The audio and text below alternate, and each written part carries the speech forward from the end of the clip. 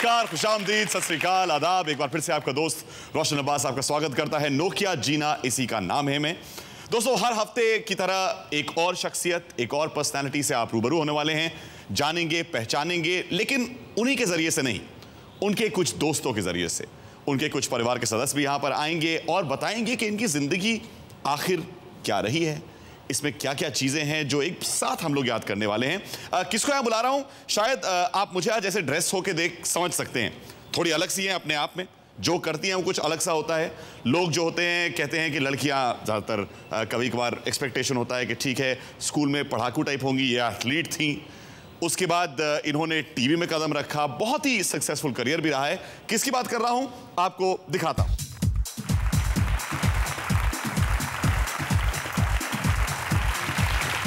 Welcome, thank you so much for coming. आइए दोस्तों, मैं इनसे थोड़ा दूर इसलिए खड़ा हो रहा हूं क्योंकि पहली बात तो इनकी आप हाइट ही देख सकती हैं। ज्यादातर सारे एक्टर्स जो होते हैं ना वो इनको ऐसे देखते हैं, ऐसे देखते हैं। हील कितनी पहनी है? हाँ ये भी कभी कभार होता है। तो अच्छा, शुरुआत करते हैं। पहले तो आप अब इस क्या हाइट है आपकी? क्या हाइट? 5'8" इनकी हाइट। तो जब ये इतनी सी थी और ये 5'8" तक पहुंची तो बहुत ज़्यादा दौर से गुजरे हुए हैं हम लोग। पहले इनका वो आई थिंक 1.5 फुट या 2 फुट वाला जो एक कुछ मेमोरीज हैं उनको साथ पे ताज़ा कर लेते हैं।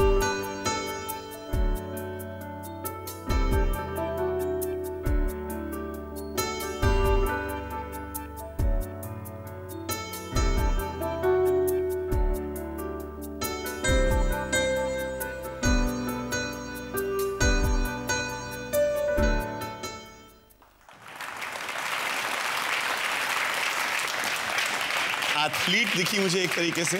जी हाँ। और एक और चीज जो मुझे दिखी वो ये थी कि आपकी स्कर्ट तभी बड़ी शॉर्ट थी। हमेशा शॉर्ट रही है।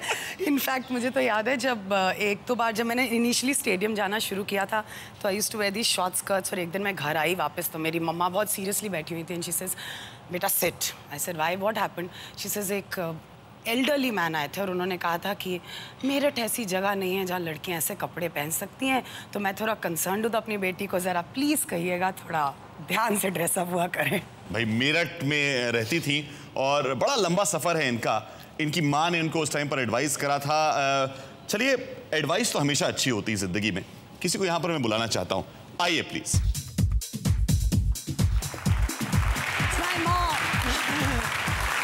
अचिंत की mom Gurmeet ji, thank you यहाँ पर आने के लिए बहुत बहुत शुक्रिया। Thank you so much. ये तो मैं देख रहा हूँ कि आप ही के एकदम हमशक्ल हैं। जब ये छोटी थी और आप लोगों ने उस समय आई थिंक एक मुश्किल दौर था, उससे आप गुजरी, क्या आप इनको प्रोटेक्ट करके रखती थी या ये आपको प्रोटेक्ट करती थी? No, she always protected me. She was the one who always did that. Or it was mutual. Now she protects me. Just the opposite now. अच्छा। She's like a mother to me now. She's like a mother to you? Yes. पर उस जमाने में मुझे बताइए कि मेरा छोटा शहर है, मैं भी एक छोटे शहर से हूँ। जब मैंने डिसाइड करा कि मैं बायोलॉजी से स्विच करके कुछ अलग करना चाहता हूँ, बहुत लोगों ने कहा रहे न जाने अब क्या देखो क्या होने वाला है। इन्होंने तो शुरुआत से ही थोड़ी रिबेलियस नेचर की रही थी। नहीं? She was very docile. She was very docile. हाँ, बचपन में बहुत docile थी। धीरे धीरे ये थोड़ा रिबेलियस होनी शुरू हो गई। But she was very docile as a child. पर स्पोर्ट्स वगैरह और जो स्कर्ट्स की बातें कर रही थी अभी, हाँ, स्पोर्ट्स में गई हैं, स्टेट लेवल तक गई हैं, ये एनसीसी में गई हैं, तो there she learn to be confident. तो ये कॉन्फिडेंस की वजह जो थी क्या थी? स्पेशली क्योंकि मैं सबसे बड़ी थी उस घर में। I was over protected, everybody was very cautious. पहली लड़की है घर में, नो, पहले एक्सपीरियंस होता है even for parents. But once I went out of the house, मैंने डिसीजंस खुद लेने शुरू किए। मैं इतनी इंडिपेंडेंट हो गई कि मुझे ऐसे लगता था क्या, मतलब I can handle everything on my own, I don't need people around me. You know that confidence in it self, because आप ऐसी पोजीशन में हो जहाँ आपको डिसीजन खुद लेना है, सब कुछ खुद करना है, you have to look after yourself. Life I think जैसे हैपन दैट वे। पर एक चीज़ मैं देख रहा हूँ कि जब इन्होंने अपनी तस्वीरें देखी तो ये इमोशनल सी हो रही थी, अपने आप को जल्दी से कंट्रोल करा और अब आप थोड़ी इमोशनल हो गई इनको देख के। यहाँ पे इस मुकाम पर ये देख के कि अचिंत यहाँ तक पहुँच गई है, आपको कैसा लगता है? बहुत अच्छा लगता है, बहुत ही अच्छा लगता है। एंड ये इसके अपने एफर्ट्स हैं, ये किसी के थ्रू नहीं पहुँची, ये अपने एफर्ट से यहाँ तक पहुँची।